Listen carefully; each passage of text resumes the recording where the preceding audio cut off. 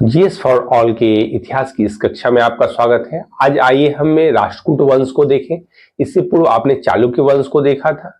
याद होगा आपको कि चालुक्य वंश के शासक कीर्तिवर्मन को राष्ट्रकूट के संस्थापक दंती दुर्ग ने हराकर इस वंश की स्थापना कर्नाटक के और महाराष्ट्र के मूल क्षेत्र में की थी। और इसका प्रभाव देखा जाए तो गुजरात, महाराष्ट्र, कर्नाटक के कुछ भाग और आंध्र प्रदेश के क्षेत्रों तक देखने को मिलता है। तो आइए हम देखें।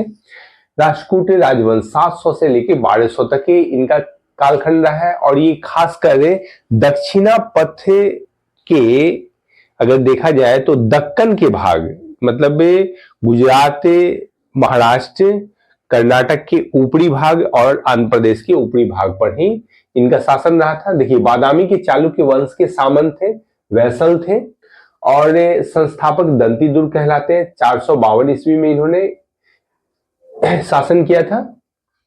और यदि देखा जाए तो राजाधिराज की उपाधि धारण की थी, राज परमेश्वर की भी उपाधि धारण की थी एवं गुलबर्गा यानी कर्नाटक में स्थित है को अपनी राजधानी बनाया था। तो ये ध्यान आपको रखना है।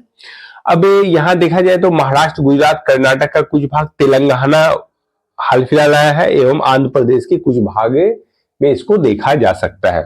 और इसकी राजधानी देखा जाए तो पहली राजधानी क्या है? गुलबर्गा, जो दंती दुर्ग के द्वारा स्थापित की गई थी। अब आपको ध्यान रखना है कि इसमें वास्तविक संस्थापक भी दंती दुर्ग होंगे और संस्थापक भी दंती दुर्ग होंगे, क्योंकि इन्होंने राजाधिराज और राज परमेश्वर की उपाधि धारण की थी, जो कि यह बताता है कि यह मूल शासक थे। और देखिए, मान्यखेत जो है वो इसके एक शासक अमोद वर्ष ने गुलबर्गा से मान्यखेत राजधानी परिवर्तन की थी। यही मानखेत है।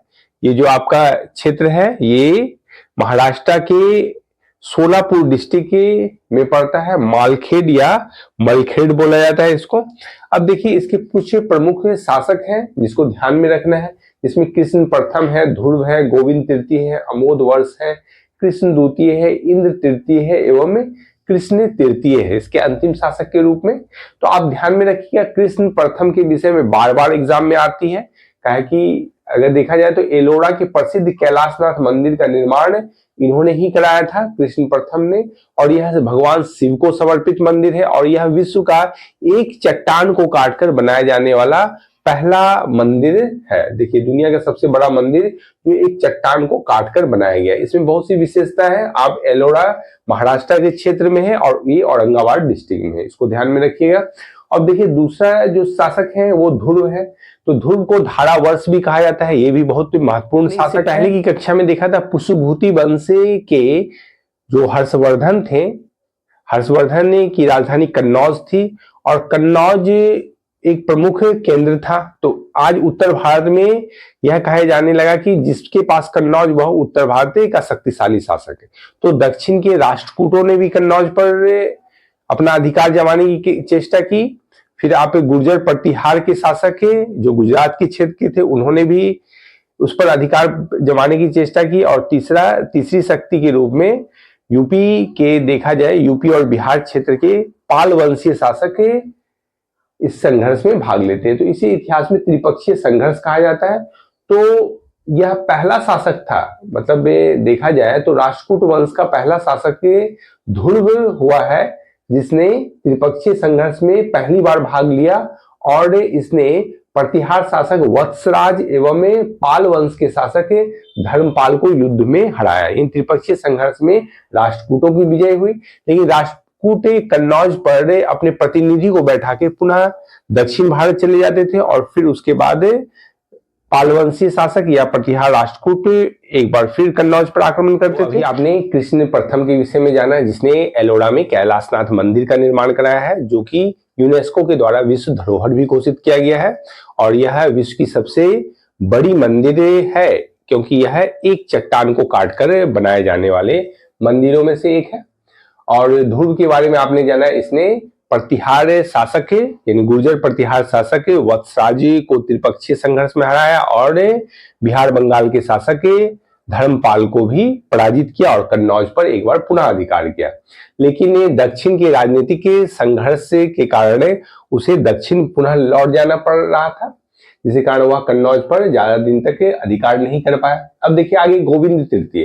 तो गोविंद तृतीय ने त्रिपक्षीय संघर्ष में भाग लेकर चकड़ा युद्ध एवं उसके संरक्षक के धर्मपाल एवं प्रतिहार वंशीय शासक नागभट्ट द्वितीय को हराया।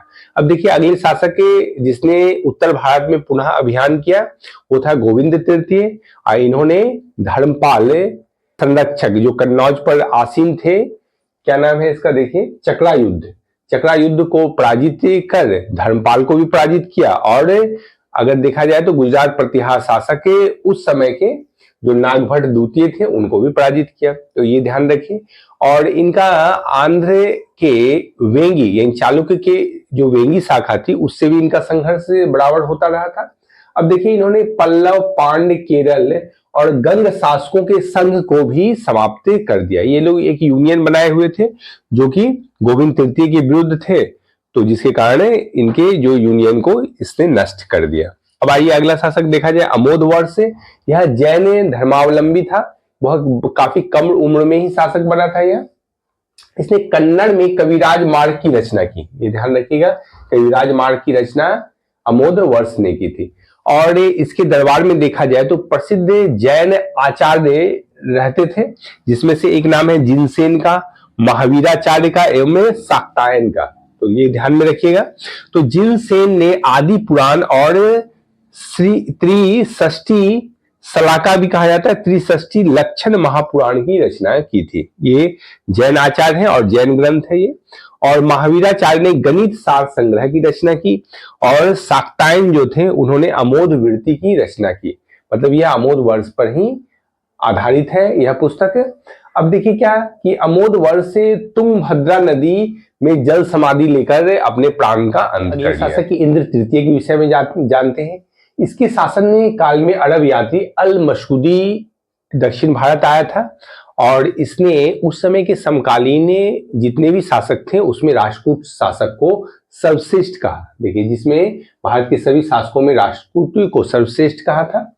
अब राष्ट्रकूट वंश का अंतिम यदि महान शासक देखा जाए तो वह कृष्ण तृतीय ही था, और इसके दरबार में महान कवि पुण्य रहते थे, जिनकी रचना क्या है, शांति पुराण है। तो ये आप ध्यान में रखिएगा। जैसा कि आप जानते हैं कि कन्नड़ साहित्य के त्रिरत्न के रूप में पम, पुण्य और डन का नाम आता है, जिसमें एक पुण्य यहाँ है, पम, पुण्य और डन। देखा था तमिल साहित्य में त्रिरत्न किसको माना जाता है, याद कीजिए, कम्बन, औटकुट्टन और पुंगलैंदी को। और कन्नड़ साहित्य में पम, पुण्य और डन, तो ध्यान में रखिए इसको। अब देखिए कल्याणी के चालुक्य वंशीय शासक तैलप द्वितीय ने 973 ईस्वी में राष्ट्रकूट शासक कर्क को हराकर राष्ट्रकूटों का अंत कर दिया। अब देख लिए अंतिम शासक के रूप में अगर देखा जाए तो कर्क का नाम आता है, और अंतिम महान शासक के रूप में देखा जाए तो इंद्र तृतीय का नाम आता है। इसके अलावा आप जानिए कि जो राष्ट्रकूट शासक थे ये शैव, वैष्णव, शाक्त आदि संप्रदाय में विश्वास रखते थे, यानी मतावलंबी थे। भिन्न भिन्न शासक को आपने देखा कि भिन्न भिन्न मत मानने वाले थे। कुछ शासक तो जैन मतावलंबी भी थे, जैसे आप अमोद वर्ष को देखा आपने। और यह मुस्लिमों को बसने, यानी मुस्लिम यानी इस्लाम धर्म के जो मानने वाले अनुयायी थे उनको बसने की इन शासकों ने अनुमति दी, और दूसरा इस्लाम के प्रचार की भी अनुमति प्रदान की। तो ये ध्यान रखना है। इस प्रकार यह एक धर्मनिरपेक्ष शासक थे। आगे देखिए एलोरा और एलिफेंटा की गुफा को। तो एलोरा और एलिफेंटा की गुफा आज वर्तमान में महाराष्ट्र राज्य में है, और यह यूनेस्को के द्वारा विश्व विरासत सूची में शामिल है। और जैसा कि आपने देखा था कृष्ण प्रथम ने कैलाशनाथ मंदिर का निर्माण एलोरा में कराया था। अब ये देखिए एलोरा की जो गुफा है वह महाराष्ट्र के औरंगाबाद जिले में है, और एलोरा को सबसे पहले इसका उल्लेख फ्रांसीसी यात्री थेविनेट ने किया था। ध्यान रखिएगा, थेविनेट एक फ्रांसीसी यात्री थे जिन्होंने सबसे पहले महाराष्ट्र के औरंगाबाद जिले में एलोरा को उन्होंने देखा था।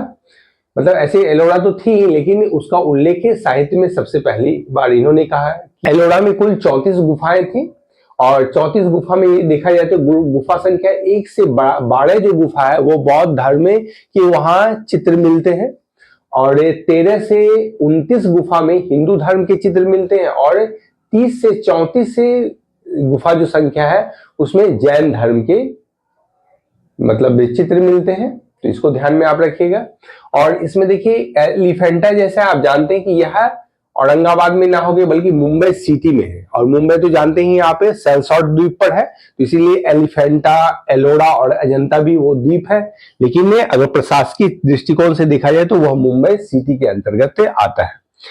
और इसमें देखिए बौद्ध जो गुफा है 1 से 12 संख्या में, जिसमें 10 नंबर जो गुफा है उसमें विश्वकर्मा गुफा उसको कहा जाता है, और यह चैत्य है।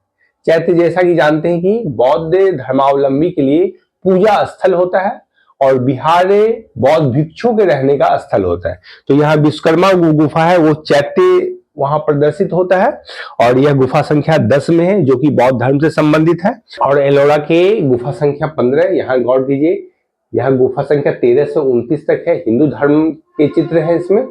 और इसमें देखिए गुफा संख्या 15 में विष्णु को नरसिंह के रूप में प्रदर्शित किया गया है, तो इसको ध्यान में रखिए। इस प्रकार आपने राष्ट्रकूट शासकों के विषय में जाना और इससे प्रश्न बनते हैं, इसलिए इसे ध्यानपूर्वक पढ़िए। आज के लिए इतना ही, धन्यवाद।